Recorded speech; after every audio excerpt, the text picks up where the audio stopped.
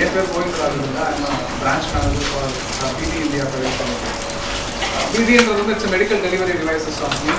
So we introduced first insulin cylinder in the year 1924. So we have nurses, Anil Selvam as well as Dr. Anand Moses with us, who will talk about psychological insulin resistance and novel insulin injection technique, how it will improve the patient's glycemic control. So thanks a lot for coming in a very short notice. So maybe I think you would have seen the confusion because there is a change in the venue. So amid all this and the rain, thanks for making it for this program. So over to Dr. I'm Dr. Anand Moses, Senior Consultant in Diabetes. The Director in Institute of Diabetology, Madras Medical College. I recently retired a couple of months back after almost 30 years of service. I'm happy this meeting is called forward because we all know that India is known for communicable disease, very communicable disease like cholera, typhoid and tuberculosis and all that.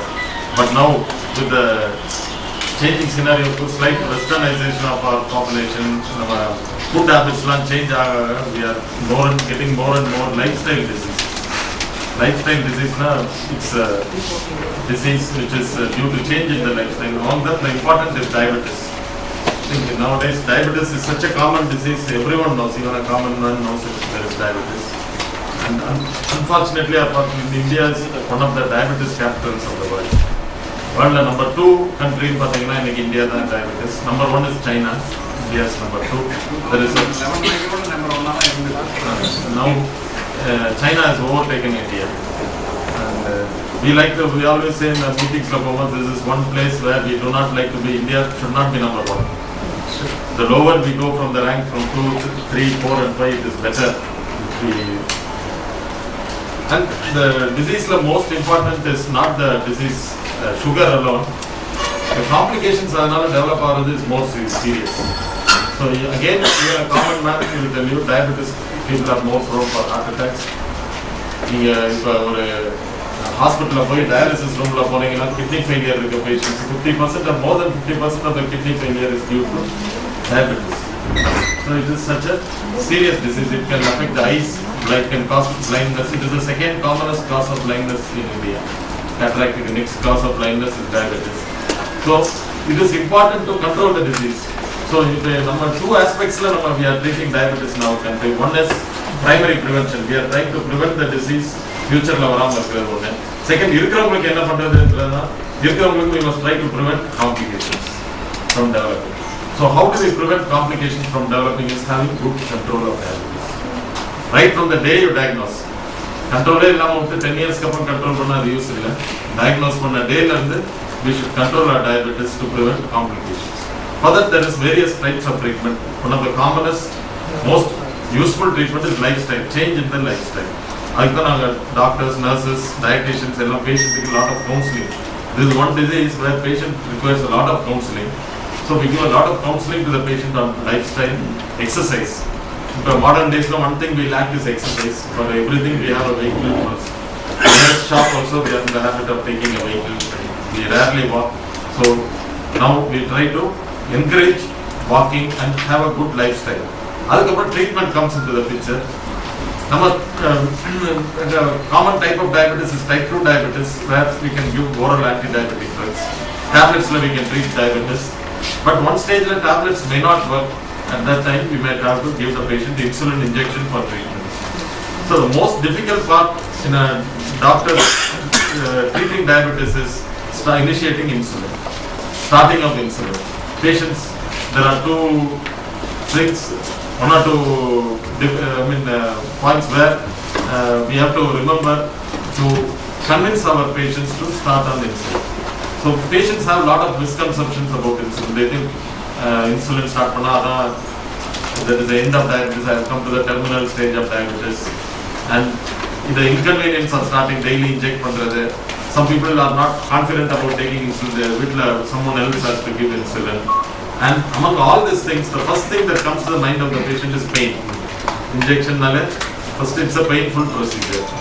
So that is how why we depend on companies like BD and other companies where they can develop some new types of devices or new types of syringes and improved needles which will reduce the pain. Pain reduce பண்ணாலே patient complaints will become better. நீங்க 10 years முன்னால பாத்தீங்கன்னா almost 15-20 years முன்னால they did not have disposable syringes. எல்லாம் நீங்க ஹாஸ்பிடல்ல பாத்துருப்பீங்க எல்லாம் ஹீட் பண்ணி they used to reuse the syringes. அப்ப பெரிய needles ஆகும். So it used to be a very painful procedure. And again, patients have to take insulin 2 or even 3 times every day lifelong. So the கொதிக்க வச்சு heat பண்ணி then came the advance of disposable. Disposableலையும் newer types of needles are coming. Previously we had 24 size needles, 26 size needles for diabetic patients. Now we have come to this stage where we have 30-31. Insulin syringe needle number kuda pova it is a smaller thing. So if 30 na you can thinnest almost like a hair. Now they have 31 size needles which is almost like a hair. So it is less painful. Then the second thing is that now they are concentrating on the length of the needle. The length of the needle used to be longer, 6 centimeters, 6 millimeters, 8 millimeters longer. So more deeper you poke pannumbod more painful ஆகும். But now by research they have found அவ்வளவு பெரிய needle அவசியம் இல்லை. அதுக்கு பாதி size 4 millimeter size இருந்தாலே அந்த இன்சுலினை கரெக்டா இன்ஜெக்ட் பண்ணலாம். Which is that they have found is less painful. So injection techniques la நிறைய advances வந்திருக்கு. How to use the injection, where is the injection site? With this all advances we are able to convince the patient to take insulin. That is the skill of the doctor. So the doctor gives insulin. Most of the time the doctor spends maximum time in a diabetic patient is when you are starting the patient on insulin. So insulin is not an important insertion, it's a very important thing. That is the stage of the disease where tablet work on the stage of patient insulin போடணும்ன்றது it becomes a necessity, and our duty is to make the patient comfortable so that he accepts insulin, and one of the way of comfortably accepting insulin is by improved devices. Now Dr. Paneerselvam will tell about the various devices where we can make the patient more compliance to insulin can be increased and we can get grip control. Because this is very important. Only when you have good compliance with the patient and the patient takes insulin regularly, we can get good control of diabetes. அப்புறம் நம்ம diabetic complications prevent பண்ண முடியும். Doctor பர்வர். தமிழே பேசுகிறேன் இல்லை இங்கிலீஷில் என்னாலும் பேசலாம். So I thank BD and the team for making this platform. So media கூப்பிட்டு நாங்கள் இந்த மாதிரிலாம் அட்ரஸ் பண்ணுறதுக்கே மெயின் காரணம் டயபிட்டிஸ் வந்து என்ன எஃபர்ட் எடுத்தாலும் நாளுக்கு நாள் அதிகமாகிட்டான் போகும். எப்படி டிராஃபிக் ஆக்சிடென்ட் பாருங்கள், என்னத்தை ரோடு போட்டு கொடுத்தாலும் என்னத்தை ரூல்ஸ் அண்ட் ரெகுலேஷன் போட்டாலும் டிராஃபிக் ஆக்சிடென்ட் ஜாஸ்தி ஆகிட்டான் போகும். அதே மாதிரி உங்களுக்கு டயபிட்டிஸ் வந்து ப்ரிவென்ட் பண்ணுறதுக்கு எவ்வளோ ஸ்டெப்ஸ் எடுத்து பார்க்குது, ஓரளவு தான் ப்ரிவென்ட் பண்ண முடியுது ஒழிய, பட் எவ்ரிடே நியூ கேசஸ் வந்துக்கிட்டே இருக்குது. அதே ஒன்ஸ் நியூ கேஸை டயக்னோஸ் பண்ணதுக்கப்புறம் ப்ரோசஸ் சொன்ன மாதிரி டயட்டு, எக்ஸசைஸு கொஞ்சம் தான் ஃபாலோ பண்ணுறாங்க, கொஞ்சம் பேர் தான் ஸ்ட்ரிக்டாக பண்ணுறாங்க, நீங்களே சரியாக பண்ணுறதில்ல, மாத்திரை கொடுத்து கண்ட்ரோல் பண்ணுறோம். சில நேரத்தில் ஆரம்பத்திலேயே கண்டுபிடிச்சோம்னா கூட 25 வயசு 30 வயசு இருக்கிறவங்களுக்கு சாப்பிட்டா 300 இருக்கணும், சாப்பிட்டா 140 இருக்கணும். ஆனால் சாப்பிட்றதுக்கு முன்னால் 300, சாப்பிட்றதுக்கப்புறம் 400-500 இருக்கும் எடுத்த உடனே. ஏன்னா சுகர் இருக்குன்னு தெரியாத நிறைய பேர் கூல் ட்ரிங்க்ஸ் குடிச்சிக்கிட்டு, ஸ்வீட்டை சாப்பிட்டுட்டு, ஐஸ்கிரீம் சாப்பிட்டுட்டு மயக்கம் வந்து ஏன்னா தொலை வந்ததுக்கப்புறம் ஒரு செக் பண்ணி பார்த்தா எல்லாம் 400-500 யங்ஸ்டர்ஸ்க்கு 25 இயர்ஸ் 30 இயர்ஸ் 40 இயர்ஸ். ஸோ அந்த மாதிரி எடுத்த உடனே ஃபாஸ்டிங் 100க்கு பதிலாக 150 இல்லை 200 இருக்குது. சாப்பிட்டதுக்கு அப்புறம் 140க்கு பதிலாக 250 300 இருந்தது அப்படின்னா அதுக்கு நாங்கள் குளுக்கோடாக்சிட்டின்னு சொல்கிறோம். குளுக்கோஸ் எக்ஸஸ் ஆனதால் அந்த பேன்கியாஸ்க்கு சுரக்கிற நேச்சுரல் இன்சுலின் சரியாக சுரக்காது, அது சப்ரஸ் ஆகிடும். இப்போ சின்ன உதாரணமாக எப்படி சொல்கிறோம்னா, ஒரு மாடு 10 மூட்டை தான் எடுக்கும், மிஞ்சி போனால் 12 மூட்டை எடுக்கும். அதை 20 இல்லை 30 மூட்டை வச்சு அடித்தோம்னா மாடு அடி வாங்கும், மாடு வீணாகும், மூட்டையும் போய் சேராது. அதே மாதிரி எக்ஸஸாக இருக்கும்போது சுகரு அதை ஊசி போட்டு குறைச்சிட்டு அதுக்கப்புறம் மாத்திரை கொடுத்தா வேலை செய்யும். அதிகமாக இருக்கிற மூட்டையை இறக்கி விட்டுட்டோம்னா அதே மாடு 8 இல்லை 10 மூட்டை வச்சா வேலை ஆகும். அதே நான் 30 மூட்டை வச்சு அடித்து வேலை வாங்கிக்கிறேன் அப்படின்னா கொஞ்சம் தூரம் எடுத்தோம் ஒரு தான் எழுதிக்கிறேன். எப்படி அதிகமாக இருக்கிற மூட்டையை இறக்கி விட்டுட்டு அதே மாட்டை வேலை வாங்குற மாதிரி அதிகமாக இருக்கிற சர்க்கரையை ஊசி போட்டு குறைச்சிக்கிறது தான் நல்லது. இது வந்து இந்த குளுக்கோடாக்சிட்டின்ற கான்செப்ட் இருக்குது. இதே பேஷண்ட்டு 10 வருஷம் 15 வருஷம் டயட்டில் இருந்தார், மாத்திரை சாப்பிட்டுருந்தாரு. இப்போ கூட இன்னமும் சமுதாயத்தில் இந்த அளவுக்கு சயின்ஸ் அட்வான்ஸ் ஆனதுக்கு அப்புறமும் படித்தவர்கள் மத்தியில் அருகுமுறை சாப்பிட்டா சரியாயிடுது, வேப்பந்தழை சாப்பிட்டா சரியாயிடுது, பாவக்காய் சாப்பிட்டா சரியாயிடுது அப்படின்ற நினைப்பில் இந்த வியாதிகளை போட்டு போயிடுறாங்க. அப்படியே அவங்க நினைப்பில் இருந்தால் கூட என்ன சொல்கிறோம்னா டெஸ்ட் பண்ணி பார்த்துக்கிட்டு சொல்கிறோம். சாப்பிடாம ஒரு டெஸ்ட்டு, சாப்பிட்டு ஒரு டெஸ்ட்டு. இப்போ ஃபார்மசிலே மீட்டர்ஸ் இருக்குது, இப்போ நீங்களே மீட்டர் வாங்கி பண்ணிக்கலாம். சாப்பிடாம 100, சாப்பிட்டா 140 இருக்குதான்னு பார்த்துக்கலாம். இது ஒரு 10 or 15 இயர்ஸுக்கு டயட்டில், எக்ஸசைஸில் ப்ளஸ் மாத்திரை சாப்பிட்டு ஒரு 100 பேருக்கு 10 வருஷத்துக்கு முன்னால் கண்டுபிடிச்சோம்னா ஒரு 20 பேர் 30 பேருக்கு இன்ஜெக்ஷன் போட்டால் தான் கண்ட்ரோல் ஆகுது அப்படின்ற மாதிரி ஆகுது. ஸோ அந்த 20 பேர் இல்லை 10 பேரை வந்து இன்ஜெக்ஷன் போட்டு குறைச்சிக்கிட்டு தான் நல்லது. ஸோ இன்ஜெக்ஷன் போடாமல் விட்டால் என்ன ஆகும்னா திரும்பவும் சாப்பிட்றதுக்கு வந்து 150 சாப்பிட்டா 200 வச்சுக்கிட்டு இருந்தாங்கன்னா ஒரு 3 to 4 இயர்ஸ் பொறுத்து அந்த சுகர் உடம்புல இந்த துருப்படிக்கிற மாதிரி இல்லை பாசப்படுகிற மாதிரி படிச்சுக்கிட்டே இருக்கும். சுகர் அதிகமாக இருக்கிறதும் பேஷண்ட்டுக்கு சிம்டமாக தெரியறதில்லை, படிக்கிறதும் சிம்டமாக தெரியறதில்லை.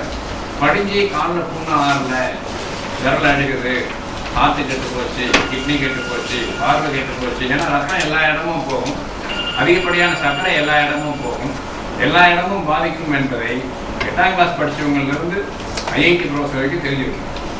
அப்படி தெரியாமல் இருந்தால் நான் இந்த வகையே சொல்கிறேன், நீங்களாம் தற்கால மனிதர்கள் அல்ல, தற்கால மனிதர்கள். இந்த அளவுக்கு சயின்ஸ் அட்வான்ஸ் ஆனதுக்கு அப்புறம் இன்டர்நெட்டில் இன்னும் எவ்ரிதிங் போய் நான் படிக்கணும்னு சொல்கிறவங்க சர்க்கரை வியாதியில் இந்த மாதிரி தொல்லைகள் வருதுன்னு தெரியாமல் இருந்தால் இவங்கெல்லாம் தற்கால மனிதர்களே இல்லைன்னு. அதில் அந்த சுகர் படியாமல் இருக்கணும் அப்படின்னா டயட்டில் கண்ட்ரோல் ஆகலை, வாக்கிங்கில் கண்ட்ரோல் ஆகலை, மாத்திரை சாப்பிட்டும் கண்ட்ரோல் ஆகலை அப்படின்னா இன்ஜெக்ஷன் போடுறது தான் பெட்டர். இது வந்து type 2 diabetes requiring insulin after 10 or 15 years or 20 years of duration of diabetes. ஏன்னா இப்போ இந்தியா பொறுத்தவரைக்கும் ப்ரோக்ரஸ் சொன்ன மாதிரி டைப் 2 டயபெட்டிஸ் ரொம்ப ஜாஸ்தியாகிட்டே போகுது. இப்போ சைனாவும் இந்தியாவும் தான் என்டையர் வேர்ல்டு பாப்புலேஷனில் 75% of diabetes in China and India.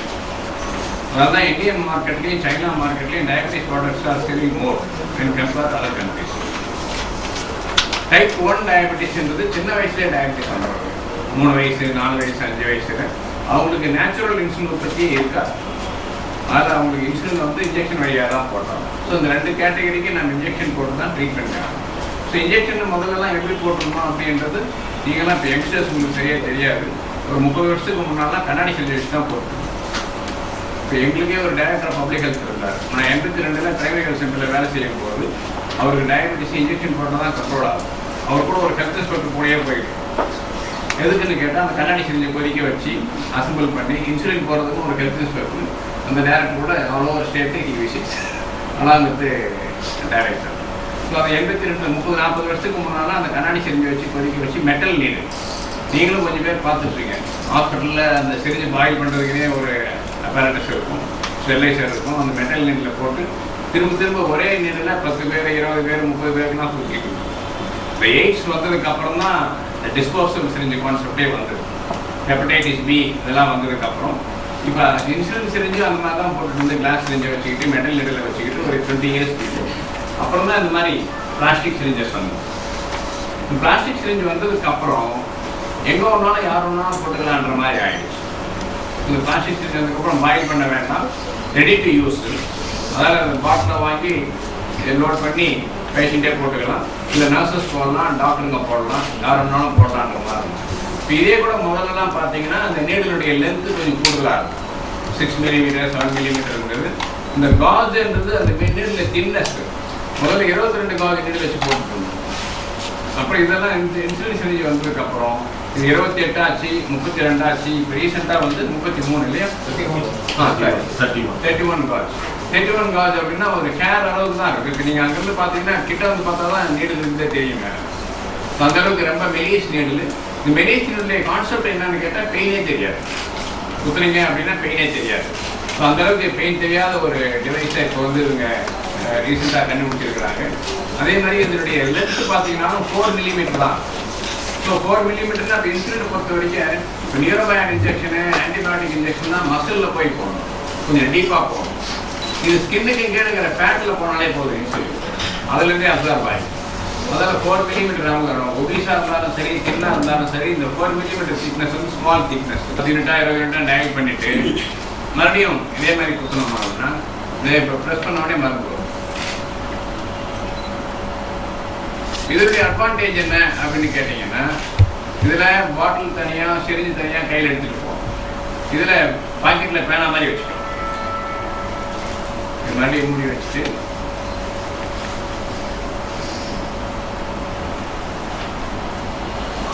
நம்ம ஆர்டினரி பேனா வச்சுக்கிற மாதிரி பாக்கெட். இது ஹீட் ரெசிஸ்டன்ட் கேஸ். இந்த வெளியே உஷ்ணம் வந்து உள்ளே இருக்கிற மருந்து அந்த அளவுக்கு பாதிப்பு போகல. இந்த இதை போட்டுருக்கீங்க, நீங்கள் சப்போஸ் தஞ்சாவூர் போகிறீங்க, திருநெல்வேலி போகிறீங்க, இல்லை டெல்லி போகிறீங்க அப்படின்னா ஹேண்ட்பேக்கில் வச்சிங்கன்னா இல்லை பாக்கெட்டில் வச்சுக்கலாம். சப்போஸ் எக்ஸ்ட்ரா 4 பேனா இப்போ நான் வில்லேஜில் இருக்கிறேன், அங்கே கிடைக்காது அப்படின்னா ஒரு 4 பேனா வாங்கிட்டு மீதி 3 பேனா ஃப்ரிட்ஜில் வச்சிடலாம். கரண்ட்லி யூஸிங் பேனா வந்து ஆர்டினரி ரூம் டெம்பரேச்சரில் வச்சு போட்டுக்கலாம். இதனுடைய அட்வான்டேஜ் என்ன அப்படின்னு கேட்டால், ஏன்னா இன்சுலின் அப்படின்னா ஒன்றும் நிறைய பேர் பயப்படுறாங்க.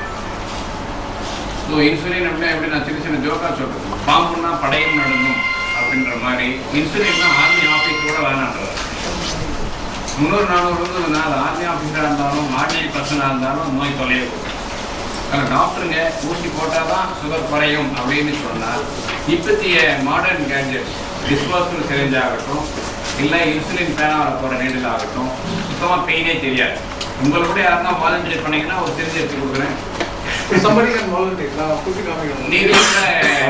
You can see the needles. The பழைய syringe the needle உடைய length compare பண்ணீங்கன்னா தெரியாது. One is very small. The new 4 millimeter needle is smaller.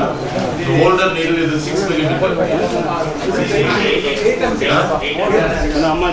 போடுற இடம் வந்து டைஸ்ல போடலாம், தொடையில போடலாம், அப்டமன் அந்த கை இந்த அவுட்டர் பகுதியில் போடலாம். உதாரணமாக நீங்கள் இங்கே போடுறாங்க, நாளைக்கு இங்கே போடுறாங்கன்னா, இன்னும் நாளைக்கு இங்கே போடுறாங்கன்னா 1 இன்ச்சு தள்ளி அப்புறம் 1 இன்ச்சு முன்னால், அப்புறம் 1 இன்ச்சு பின்னால். இது கையில் போட்டதுக்கப்புறம் வயிற்றில் தொப்புள் லெவல் எது, தொப்புலேருந்து 1, 2, 3, 4ன்னு போடலாம். மேலே 1 இன்ச்சு தள்ளி, கீழே 1 இன்ச்சு தள்ளி, மொத்தம் 12 ஊசி போடலாம். பட்டஸில் வரும்போதும் இங்கேயும் அதே மாதிரியே 12 ஊசி போடலாம். தொடையுடைய வெளிப்பகுதி, தொடையுடைய எந்த லைன் இது, இந்த வெளிப்பகுதியில் நிறைய பேர் உள்ளே போடுறாங்க. இந்த இடத்துல போடக்கூடாது. ஏன்னா தலையிலேருந்து ஹார்ட்லேருந்து ரத்த கடா இதெல்லாம் வந்து இந்த வழியாக தான் கீழே இறங்கணும். இந்த இடத்துல போடக்கூடாது. பேண்ட் லைன்லேருந்து வெளிப்பகுதி இன்னைக்கு இங்கே போடுறாங்கன்னா நாளைக்கு இங்கே, நாளைக்கு இங்கே, அடுத்த நாள் இங்கே, அடுத்த நாள் இங்கே, மொத்தம் 5 ஊசி போடணும். 1 இன்ச்சு தள்ளி திரும்ப ஒரு 5 ஊசி, 1 இன்ச்சு தள்ளி திரும்ப ஒரு 5 ஊசி, 15 ஊசி போடணும். ஸோ இங்கே ஒரு 15, இங்கே ஒரு 12, இங்கே ஒரு 12, இங்கே ஒரு 9. ஸோ காலையில் போகிறதுக்கு போகிறான் ஒரு பக்கமும், சாயங்காலம் போகிறதுக்கு போகிறான் ஒரு பக்கமும் போகிறோம். இப்போ என்ன நடக்குது அப்படின்னா, எடுக்க வேண்டியது எடுத்து குத்திக்க வேண்டியது, ஒரே இடத்துல திரும்ப திரும்ப குத்த வேண்டியது. ஒரே இடத்துல திரும்ப திரும்ப குத்தினா அந்த இடம் ரப்பர் மாதிரி ஆகிடும். ஸோ அந்த மருந்தும் வந்து ஸ்லோவாக தான் கரையும். அந்த இடம் தோணும் ஒரு ஸ்டைலில் கெட்டு போயிடும். இந்த தப்பு இப்போ காமனாக நிறைய பேஷண்ட் பண்ணுறாங்க. படித்தவங்க, படிக்காதவங்க, விவரமானவங்க எல்லாம் பண்ணுறாங்க. பட் ரொட்டேஷனில் போகணும். இன்றைக்கி போடுறாங்க எங்கன்னா இந்த 9 முடிச்சுட்டு அடுத்தது எங்கே 12 முடிச்சுட்டு அடுத்தது இந்த அடுத்தது எங்கே திரும்ப வருது. ஸோ அந்த மாதிரி உங்களுக்கு ரொட்டேஷனில் வரும்போது ஒரு மாதத்துக்கு ஒரு பிரிக்கு தான் ஒரு பர்டிகுலர் எடுத்துக்குவோம். அது ஒரு வாரத்துலேயே இல்லை 2-3 நாள்லேயே போட்ட இடம் சரியாயிடும். பட் ஒரே ஸ்பாட்டில் திரும்ப திரும்ப போடுறது நல்லது. ஸோ இதான் மாற்றி மாற்றி போகணும்னு சொல்கிறோம். இந்த பாயிண்ட்டே நீங்கள் பப்ளிக் வந்து ஹைலைட் பண்ணுறது நல்லது. ஏன்னா இப்போ நிறைய இன்சுலின் போடுற பாப்புலேஷன் அதிகமாகிட்டே இருக்கும். இந்த மீட்டிங்கில் எய்மே என்னென்னு கேட்டால், அந்த ஊசின்னா நல்லா பயம் இருக்குது. படித்தவங்க மத்தியிலையும் பயம் இருக்குது, படிக்காதவங்க மத்தியிலையும் பயம் இருக்குது. பட் பயம் வந்து அதிகமான சுகரை பார்த்து தான் பயப்படும். சுகர் 300-400 இருந்தால் தான் கோமாவுக்கு போயிடும், கைகால் பிறகால் போயிடும், ஹார்ட் அட்டாக் வரும், பார்லாக போயிடும், கிட்னி கெட்டு போயிடும். பட் சுகரை குறைக்கிறதுக்கு உண்டான மருந்தை பயன்படுத்துறதுல எந்த தவறும் கிடையாது. இன்னமும் இன்சுலினை பற்றி நிறைய மித்து இருக்குது. இன்னும் சரியாக புரிஞ்சுக்காம தன்மையில் இன்சுலின் போட்டாங்களா, லாஸ்ட் ஸ்டேஜ் ஆச்சா, டெர்மினல் ஸ்டேஜ் ஆச்சா அப்படின்ற இதெல்லாம் இருக்குது. அதெல்லாம் ஒன்றும் கிடையாது. சுகர் அதிகமாக இருந்தால் ஊசி போட்டு குறைச்சிடணும். அதுக்கப்புறம் மாத்திரையில் கண்ட்ரோல் வருதுன்னா பரவாயில்ல. இன்கேஸ் மாத்திரையில் கண்ட்ரோலுக்கு வரல அப்படின்னும் போது இன்ஜெக்ஷன் தான் போடுறது. அதுவும் சின்ன வயசில் சுகர் அந்த பசங்களுக்கெல்லாம் வேறு வழியில் இன்ஜெக்ஷன் தான் போடுறது. ஏன்னா அவங்களுக்கு பேன்கிரியாஸ் பீட்டா செல்ஸில் இன்சுலின் சரியாக சுரக்கிறது சுத்தமாக சுரக்கிறது. அவங்களுக்கு வந்து அருகம்புல்ல சரி பண்ணிடுறேன், உப்பு பஞ்சரில் சரி பண்ணிடுறேன், பாவக்காயில் சரி பண்ணிடுறேன், வேறு மெத்தட் இருக்குது, ஊசியிலாவே க்யூர் பண்ணுறாங்கலாம் சொல்லி சிலர் தான் பாவம் அவங்களால இன்னும் மூளை செலவு செய்யப்பட்டு பாவம் குழந்தைங்க பாவம் அன்றைக்கி படைக்கிறதுக்கு கஷ்டமாயிடும். அதனால் இப்போ வந்துருக்கிற மீட்டர்ஸு சுலபமாக அவங்களே டெஸ்ட் பண்ணி பார்த்துக்கலாம். இப்போ வந்துருக்கிற நீடில்ஸு சிரிஞ்சஸை வச்சுக்கிட்டு அவங்களே செல்ஃபாக இன்ஜெக்ஷன் போட்டுக்கலாம். ஸோ ஸோ இப்போ செல்ஃப் கேர் அவங்களே பண்ணிக்கலாம். பட் நோக்கம் என்ன மொத்தத்துக்கு இப்போ நாங்கள் மட்டும் சொல்லணும், இப்போ நாங்கள் மொத்தம் நான் மட்டும் சொல்ல, இப்போ இந்தியாவில் தமிழ்நாட்டில் மட்டும் சொல்ல, உலகமே என்ன சொல்லுதுன்னா சர்க்கரை நோய் நாளுக்கு நாள் அதிகமாகிட்டு போகுது, தடுக்கிறதுக்கு வழி பண்ணணும். சரி, கண்டுபிடிச்சதுக்கப்புறம் நல்லா கண்ட்ரோல் பண்ணுறதுக்கு வழி பண்ணணும். கண்ட்ரோல் பண்ணுறதுக்கு 4 விதம்: diet and exercise, building foundation மாதிரி. ஸோ அதை யாராக இருந்தாலும் மாற்ற முடியாது. சர்க்கரையாதிக்கு வைத்தியம் பண்ணுற டாக்டராக இருந்தால் கூட உனக்கும் டயபெட்டிக்ஸ் இருந்தால் ஸ்வீட் சாப்பிடாம தான் கண்ட்ரோலுக்கு வரும். அப்படி இல்லைன்னா யாராக இருந்தாலும் ஸ்வீட்டை சாப்பிட்டோம்னா சுகர் கண்ட்ரோலுக்கு வராது. அதில் டயட்டில் கண்ட்ரோல் இருந்தும் கண்ட்ரோலுக்கு வரல அப்படின்னும் போது மாத்திரையில் கண்ட்ரோலுக்கு வரல அப்படின்னா இன்ஜெக்ஷன் போட்டுக்கிறது தான் பெட்டர். ஸோ இன்ஜெக்ஷன் போட்டுக்கிறதுக்கு இப்போ இந்த மாதிரி டிவைசஸ் வந்தது இன்னமும் ஜனங்க மத்தியில் பாப்புலரைஸ் ஆகலை. அதுவும் இப்போ ரீசெண்டாக ரொம்பவும் ரிலீஸ் நீடில் 31 gauge நீடில்ன்றது இப்போ உங்கள் வீட்டில் யாருன்னா நர்ஸோ டாக்டரோ தான் தெரியும், அவங்க கேட்டு பார்த்தா தெரியும். அதுக்கு முதலாம் 21 gauge நீடில் 22 gauge நீடில்னால் மாட்டு குத்துற மாதிரி இருக்குன்னு பெரிய நீடில், திக்கு நீடில். இப்போ பண்ணிக்கிறது தின் நீடில், இந்த ஹேர் சைஸுக்கு தான், பெயினே தெரியாது. அது இதெல்லாம் ஒரு தடவை போட்டால் பரவாயில்ல. சப்போஸ் வெல் டு டூ வாங்க அஃபோர்டபிலிட்டி இருக்குதுன்னா ஒரு செஞ்சு ஒரு தடவை போடலாம். கொஞ்சம் புவர் கிளாஸாக இருந்தால் ஒரு செஞ்ச அதே நபருக்கு 3 நாளைக்கு கூட போடலாம். காலையில் ஒரு தடவை, நைட்டுக்கு ஒரு தடவை, 3 நாள் 5 நாளைக்கு கூட போடலாம். ஸோ இந்த நீடெல்லாம் அவங்க தப்பாக எடுத்துக்குவாங்க. பட்டு சிங்கிள் யூஸ் தான் அவங்க பண்ணியிருக்கிறது. பட் அந்த திரும்ப ரிப்பீட்டட் யூஸுக்கு போகும்போது என்ன ஆகுதுன்னா அந்த டிப்பு பிளண்ட் ஆகுதுன்ற, டிப்பு பிளண்ட் ஆகுதா கொஞ்சம் பெயின் இருக்க தான் செய்யுன்ற. பட் அஃபோர்டபிலிட்டி ஒரு பக்கம் இருக்கிறதா, அஃபோர்டபுளாக இருக்குது அப்படின்னா அவங்க வாங்கிக்கலாம். பட் அஃபோர்டபிலிட்டி இல்லாதவங்க கொஞ்சம் 1 or 2 times யூஸ் பண்ணிக்கலாம்.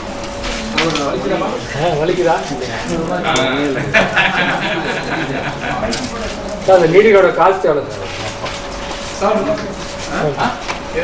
அந்த பென் மாதிரி உள்ளது பென் நீடில் காஸ்ட் 10 rupees.